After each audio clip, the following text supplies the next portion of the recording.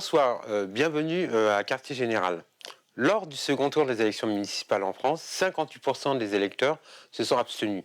Même si ce chiffre est lié en partie au Covid, l'abstention reste traditionnellement élevée dans les quartiers populaires.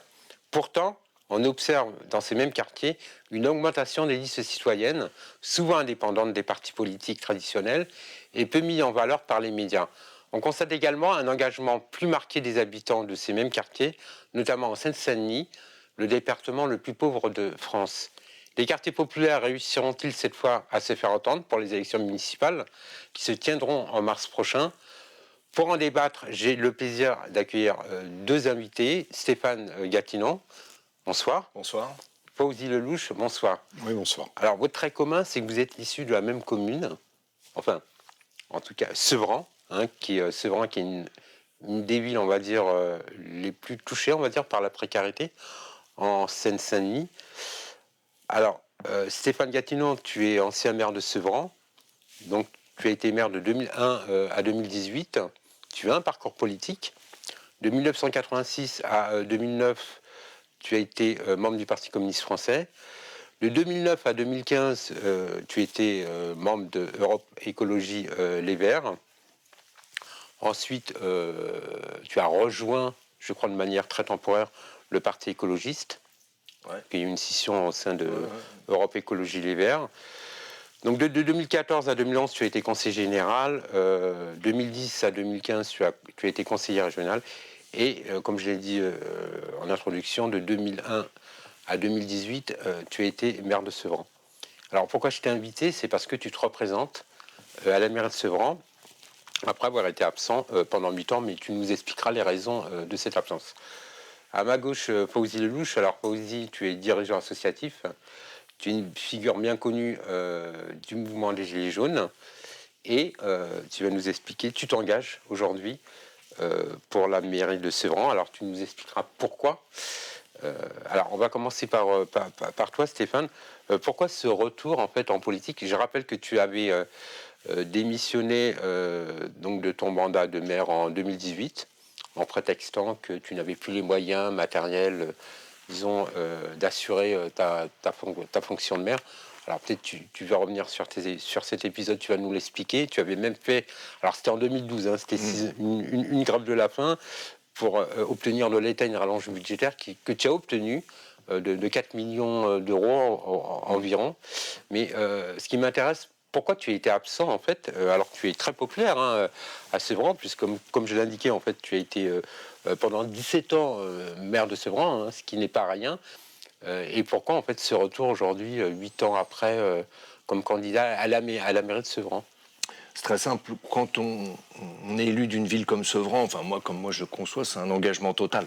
Ça veut dire que tu es tous les jours, il y a un travail à la fois d'appréhension, de compréhension de la société et des gros dossiers, notamment les dossiers financiers, les dossiers d'aménagement, les dossiers, tu as parlé de la population, de la précarité, comment on arrive à construire les choses ensemble, etc. Donc voilà, moi je me suis retrouvé en 2018. Il y avait une pression de l'État, les situations étaient complexes, mais aussi j'avais un problème de santé. D'accord. Voilà, j'ai une maladie génétique qui fait que j'étais contraint de prendre du recul. Alors c'est quel type de maladie Moi, j'ai une maladie génétique simple, c'est que j'ai pas de nerfs sensitifs. Et donc, à un moment, le corps, c'est un truc formidable. J'ai appris plein de choses. De là, tu découvres la vie presque. Donc, en fait, le corps est formidable. J'ai jamais eu de nerfs sensitifs, mais tu as des fibres qui prennent la place des nerfs sensitifs. Et à 45 ans, il nécrose. Donc, je me suis retrouvé, j'arrivais plus quasiment à prendre un verre. J'ai des difficultés d'équilibre, difficultés à marcher, de ça. Donc il a fallu que pendant 3 ans, j'ai appris à écrire, j'ai appris à marcher pour récupérer, voir les choses autrement. Maintenant, tout passe par la vue. D'accord. Bon, mais voilà, ça s'adapte. Après, c'est une maladie héréditaire, c'est héréditaire. Oui, c'est génétique, donc c'est héréditaire. Voilà. Ça déclenche d'autres choses, moi. Mais mon grand-père est décédé d'une façon, la même chose que mon père. En fait, c'était lié à ça. D'accord. Voilà. Mais eux, ils le savaient pas. Donc moi, je le sais. Ça me met un cran d'avance par rapport à eux. Je crois que tu m'avais indiqué que ta sœur, je crois... Oui. J'ai une grande sœur qui a la même chose que moi. Voilà. Et moi, j'ai essayé de comprendre, je me suis adapté. Ce qui fait qu'aujourd'hui, si tu veux, il y a 2 ans, moi aujourd'hui, je suis super content d'être là avec vous, parce qu'il y a 2 ans ou 3 ans, j'aurais jamais dit que je serais là à ce moment-là avec vous.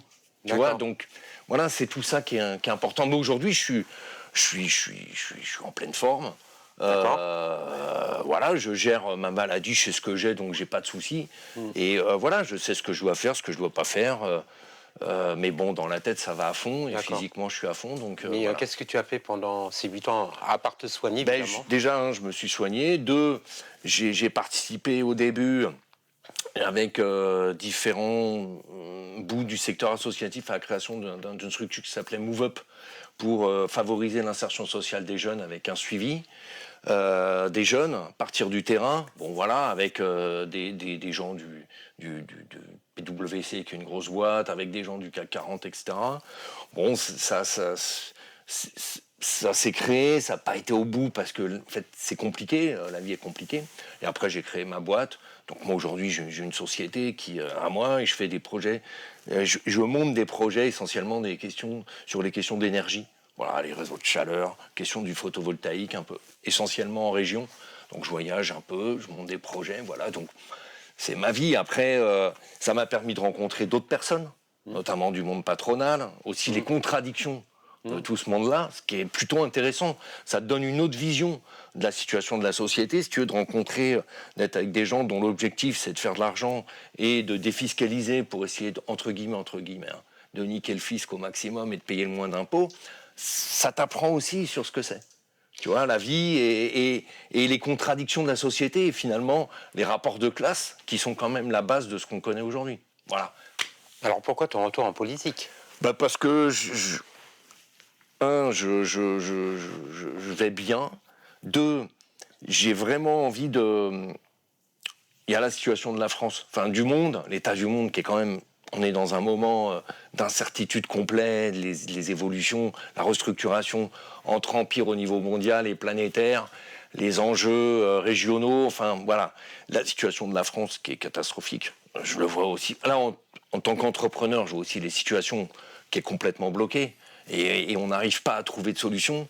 Je vois la situation, y compris mes gamins, toutes les difficultés. Je vois mon fils, la situation à Parcoursup, le monde éducatif compliqué, il a dû s'en sortir, il s'en est sorti parce que voilà. Mais tout ce monde-là, j'ai 2 visions en plus des choses. J'ai une vision locale. Moi, je suis souvent dans la Nièvre. Enfin, j'ai été parce que c'est mes racines. Ah, j'ai la maison que mon grand-père habitait, donc que mes parents. Donc là, j'aime ce côté rural.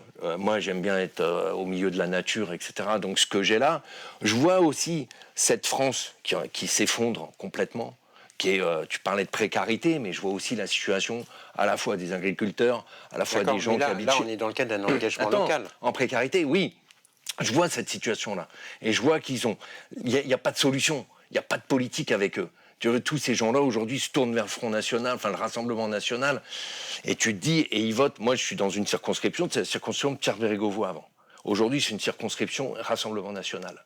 Tu vois, donc, on ne leur apporte pas de réponse. Et je vois chez nous, en Seine-Saint-Denis, quand je suis au marché, quand je suis partout, les contradictions, l'absence du politique, la fin du politique aussi, on en parlera peut-être un peu des partis tout à l'heure, la question du réengagement citoyen des gens, comment ça peut se passer, comment on reconstruit la France de demain, et surtout, comment on arrive à faire lien entre toutes ces Frances.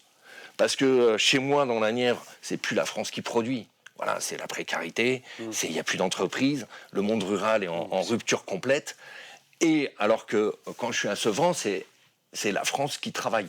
C'est-à-dire que c'est ce qui, aujourd'hui, la banlieue, c'est ce qui fait tourner la France. Oui, tout à fait. Alors, c'est-à-dire c'est le RER de 6 heures le matin qui est plein, ou le métro, le premier métro qui est plein de gens qui, quand tu es dedans, on te prend pour un Ukrainien ou un Biélorusse. Voilà, il y avait une étude sur Sevran, après je viens à toi pour dire. Il y avait effectivement une étude sur la commune de Sevran. Alors, c'est très ancien, hein, je crois que c'est en 2015, qui indiquait que 62% de la population de Sevran était active. Fawzi. Oui. Alors Fawzi, là tu m'étonnes Fawzi, parce que moi je me souviens, tu étais l'un des plus durs envers la classe politique, envers les partis politiques, les syndicats, etc. Tu les critiquais, mais bon, sans doute de manière légitime. Sûrement. Et à l'époque, il faut le dire, bon, je me permets de le dire, on t'avait quand même interpellé, sollicité pour que tu te présentes à la mairie de Sevran, ou enfin que tu sois présent sur une liste municipale, je crois que c'était. Non, je me présente à la mairie de Sevran. Je crois que c'était les macronistes. Hein, en plus, ouais. C'était En Marche à Ils l'époque. sont venus en pleine nuit pour. Ils sont restés 3 heures pour essayer de me convaincre. Il faut le faire. Et j'ai appris en fait, alors que bon, il me semblait que tu étais allergique à la politique, on va dire traditionnelle, que tu te présentais sur la liste de Stéphane Gatinan. Alors explique-toi. Ouais, j'ai toujours cette appréhension concernant les politiques, mais là, on s'est associé un petit peu avec des citoyens, donc c'est des gens... Alors c'est une liste citoyenne, je tiens à préciser que c'est une liste citoyenne. Oui, mais ça fait toute la différence. Voilà, qui n'est soutenue par aucun parti politique, d'ailleurs. Exactement. Je t'interrogerai là-dessus, parce que c'est... Alors, ok, donc c'est une liste citoyenne. Liste citoyenne, donc des gens comme moi, je dirais, des gens simples, mais actifs. Comme il l'a expliqué Stéphane, c'est des gens qui sont du matin, voilà, c'est les premiers métros, mais c'est aussi les derniers métros. C'est des gens, c'est toutes les petites mains qui font marcher la France. C'est tout cela qui essayent de s'en sortir. C'est tout cela qui gravitent ensemble. Et c'est multiculturel. C'est des gens simples, des gens qu'on côtoie tous les jours, qui s'impliquent, qui veulent s'impliquer. Donc j'ai eu du mal au début à intégrer ce groupe. Ils sont venus te chercher, c'est toi qui étais vers eux, enfin. Alors, comment ça s'est passé? Alors déjà, je suis allé au renseignement, et puis un peu autour de moi, on m'a un petit peu porté pour que j'aille au renseignement. Ce que j'ai fait, je suis allé voir Stéphane, j'ai échangé avec lui, j'ai posé les questions. Alors vous connaissiez un chien? Oui, parce qu'il a été maire 17 ans. Moi, j'étais actif à Monceleux, dans le quartier à Sevran, où j'ai pu voir l'absence des pouvoirs publics, l'absence de l'État, où j'ai essayé, moi, d'apporter des solutions, des services aux personnes. J'ai pu voir aussi des situations conflictuelles, où il y avait des gens, tous les 1 mois, qui tombaient criblés de balles, qui avaient des guerres de territoire, qui avaient de la précarité, de la pauvreté, beaucoup de gens qui n'arrivaient pas à trouver du travail, les instances qui n'étaient pas présentes, les services publics qui n'étaient plus présents. Voilà, c'était une échelle, je dirais, d'Île-de-France, un petit peu partout comme ça. Les politiques, une vraie défiance, parce qu'ils ne s'occupaient pas des simples citoyens. Ils venaient là pour un titre, ils venaient là pour des avantages, ils promettaient des choses, mais ils ne faisaient jamais rien pour les gens communs, quoi. Je veux dire, ceux qui habitent, par exemple, comme ma ville à Sevran. Et je me suis dit, non, mais s'il y a quelque chose à changer, par exemple, à l'échelle de mon quartier, il faut que ça vienne des gens du quartier, parce que personne ne va accepter que ça vienne de l'extérieur.